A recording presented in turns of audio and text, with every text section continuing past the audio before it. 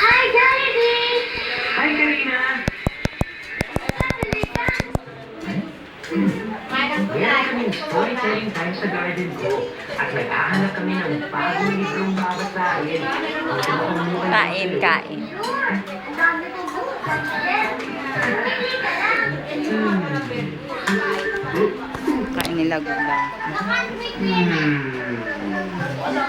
Ito! Pwede ba ito? Hindi maganda yan. Jollibee, sige pa.